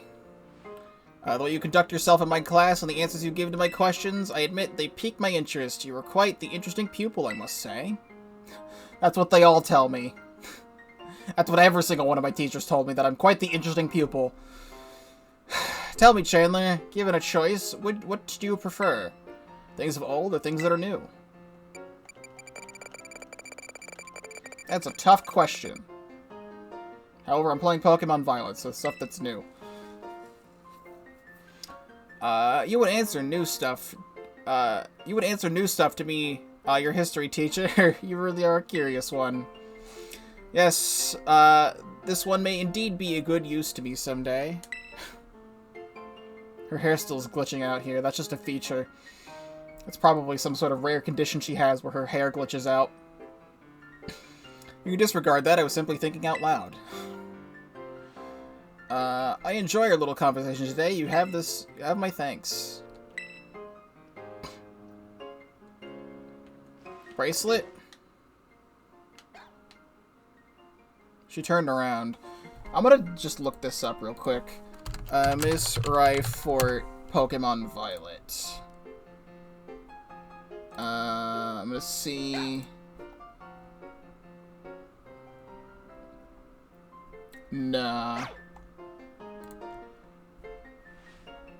They just released, like, high-quality images of, like, a bunch of, like, the gym leaders and stuff. I didn't know if they released one for Miss Ryfort. So, I do not see that, sadly. I want to see what the bracelet is, but I cannot zoom in any farther. To me, it looks more like a Mega Ring, or whatever. But that's definitely not what's happening here. So I'm curious if I... Oh, now they show up in the entrance hall. Okay. Just like Miriam did.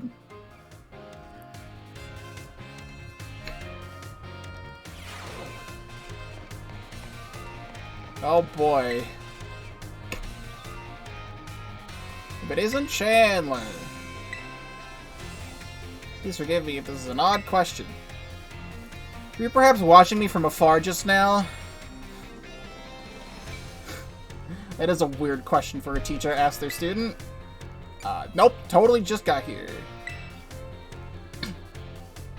I suppose you wouldn't have been doing something like that, I'm sorry. Or was I? You see, how should I put this? Recently, there have been times where I feel like I'm being watched. Not by a Pokemon, mind you, but by a person. That might be a ghost, so I asked my sister for help. She said it's most likely isn't one. She's good with ghost-type Pokemon, you know. Perhaps one of my students is quietly watching me, waiting for a chance to ask me a question. Maybe? Goodness, there wasn't an intense gaze. If that wasn't an intense gaze I felt, if you notice someone with a sort of fire in their eyes, come tell me. If they are too shy to come ask themselves, then I'll go to them. Interesting. And where is Ryfort located? You're over here. Maybe I'll get a better look at her arm. Oh, that's Tapu Koko. That's cool. Yeah, she's got Lunala and Tapu Koko. Or at least one of the Tapus. It looks more like Tapu Koko to me. Like the closed up form of Tapu Koko. Are you perhaps interested in the rest of the old Tailites in class? Yes. It is convenient that you would take the bait I presented in class. A vessel, a sword, a set of tablets, a set of beads. After obtaining these 4 treasures, the king's castle was destroyed. Why, you ask? Because these 4 treasures were actually 4 Pokemon. As these Pokemon were passed from human hand to human hand as treasures, they slowly became tainted by hubris and greed. Finally, after coming in contact with the rapacity of the king at the time, they awakened as disasters and began to rampage out of control. The king called for renowned Pokemon wielders to defend the country, and after a fierce battle, these incarnations of disaster were quelled. It is said that these 4 Pokemon were then sealed away somewhere in Paldea. So what do you think? Would you say this story is just make-believe? Nope, I literally have them. Very astute of you. I have read many historical disaster reports, personal journals and the like. There's much to support the truth of this story. Can I show you them? That would be awesome. When I'm able to prove the story's veracity myself, I'm sure to let you know. I can let you know. I literally have them. This Pokemon episode's gonna be like 2 hours long.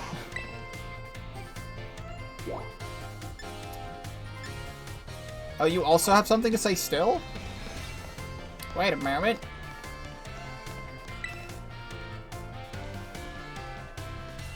The time has come! The cursed treasures, the 4 Pokemon of Ruin. They exist! And I stumbled upon the truth in a newspaper of all places, in an interview piece with the carpenter, no less. Pokemon wielders apparently used sacred stakes to seal these treasures of ruins and shrines. There is a separate shrine for each of the 4 Pokemon, and 8 stakes driven into the ground in the areas surrounding each shrine to keep the Pokemon of Ruin at bay. Yes, in other words, if all these stakes for a given shrine were to be removed, it would release the Pokemon held inside! Don't you think that would be it would be nice to free those Pokemon from the confines of their tiny little shrines, Chandler? Yep. Because I have them. A kind soul, I see. You are proving truly useful. Interesting thing to say to your student. According to a descendant of the Pokemon wielders in the story, you must have a bond with Pokemon in order to remove the stakes. I'm sure someone as Pokemon savvy as yourself would have no trouble with that at all. You can choose for yourself whether to believe me or not, but I will mark the locations of these shrines on your map. Oh.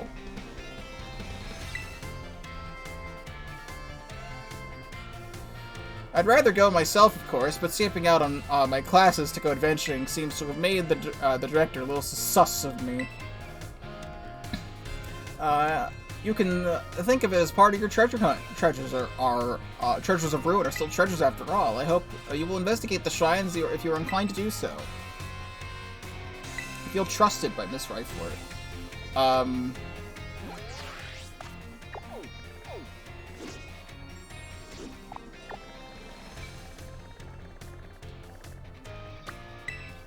I can fly to the shrines now. Ground Blight Shrine. Ice Rend Shrine. Fire Scourge Shrine. And Grasswither Shrine. Very interesting. Did you find any treasures of the ruins? Yes.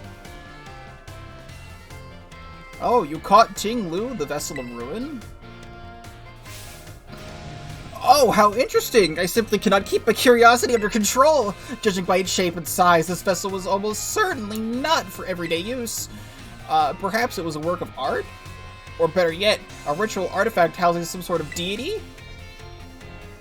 I feel that there must be some meaning behind the horns of the design resembling the eyes. Could it be that this artifact was fashioned after the deity's very appearance? This mystery grows even deeper. Ah, my thirst for knowledge is slowly being quenched. You look like you have something more to report. What is it? You caught Chang Pao, the Sword of Ruin? Oh, how interesting. I simply cannot get my curiosity under control. The sword's blade and the hilt of the Pokemon's left and right fangs. I wonder if the sword broke when it became a Pokemon. Or perhaps was it always that way? No, wait, I cannot imagine the king wanting to buy a broken sword. Maybe it was some sort of weapon that was meant to be used in this broken state. This mystery goes even deeper. You caught Wo Chain, the Tablets of Ruin? I've never seen so many wooden writing tablets strung together. Must have been an epic tale. Most excavated tablets tend to mount to graffiti or simple memos, still valuable tools for learning about the past, but nothing like this. I can't read it, but given the length, it must be a story, yes, or perhaps the words of a curse. If only the words weren't faded, how frustrating. These wooden tablets piqued the curiosity of the king. What might have been written on them?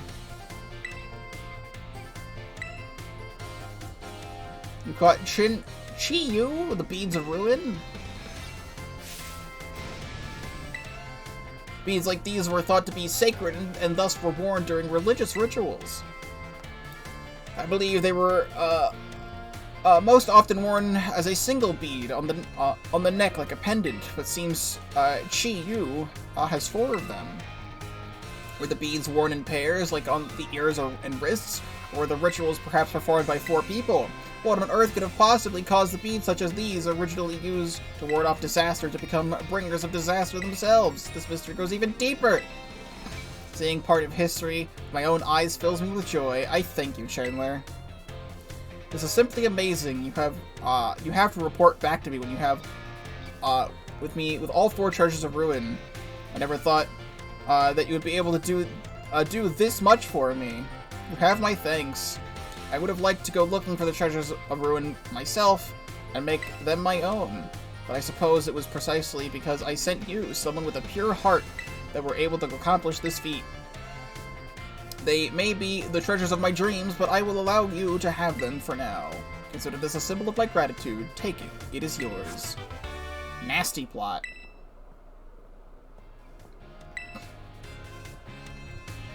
You're truly an interesting one, aren't you, Chandler? I hope you don't mind if I continue to keep an eye out on you. You formed a close bond with Miss Rifort.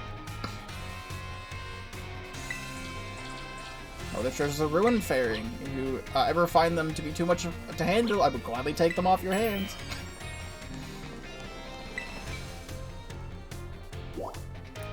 Now I gotta go to the cafeteria and do more math.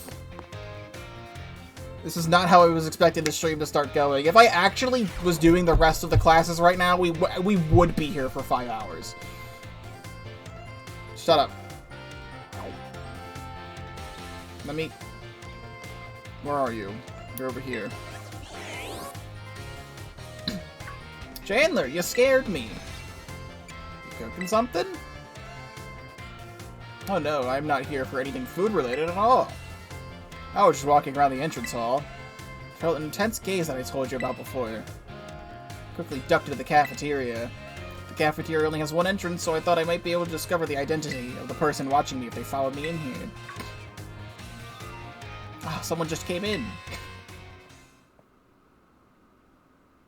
That's weird. I thought I saw her come in. I thought I saw her come in here.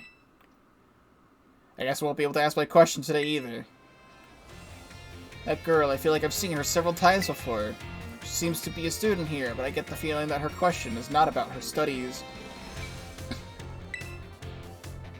Next time I see her, maybe I'll go up and start a conversation myself. That could have been a little scary being here on my own, but I'm glad you were here with me. This is a very weird thing that we're doing right now. Yo, they be cooking squirrels up here. Stop cooking the squirrels.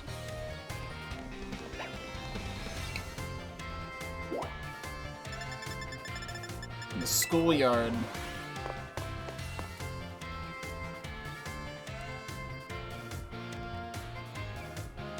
By the way, I'm titling episode 41 of this series, which is all of this school stuff right now. I'm titling it Our First Day of School, and it's going to be a 2-hour-long episode.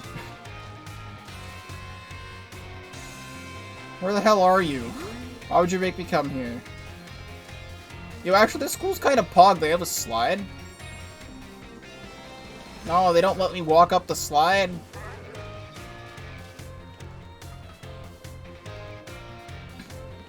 Hell yeah. Okay, you're over here.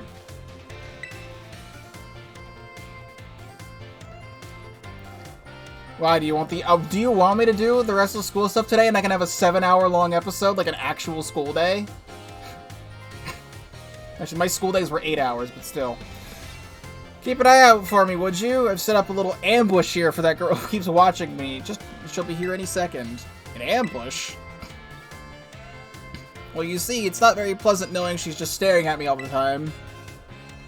Now I know that she, what she looks like after seeing her in the cafeteria. Ah. It's you, isn't it? You're the one who's been secretly watching me recently.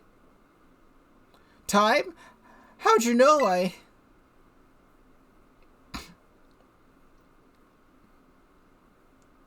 I guess, you must have noticed me. I'm sorry. Well, of course I noticed. You were watching me practically all day, every day. After all, I assume there's something you want to ask me.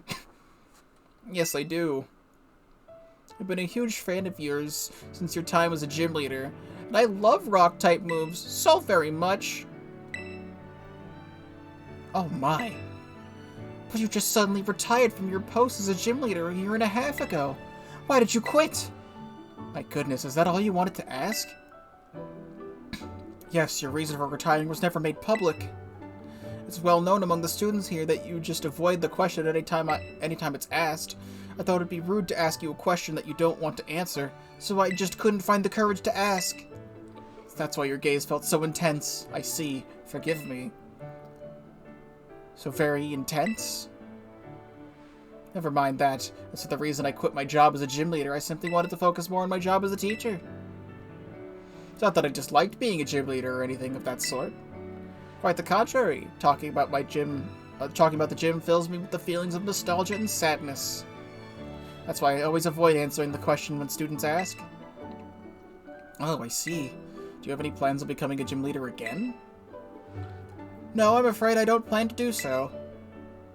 My sister is doing splendid job as a gym leader in my stead. I personally find being a teacher most enjoyable these days. Since I am, in fact, your teacher, I would appreciate you if you called me Miss Time, as students do, not just Time. Oh, okay, I'm sad to hear that, but I understand. Thank you so much, Miss Time. Well, I suppose that solves the mystery.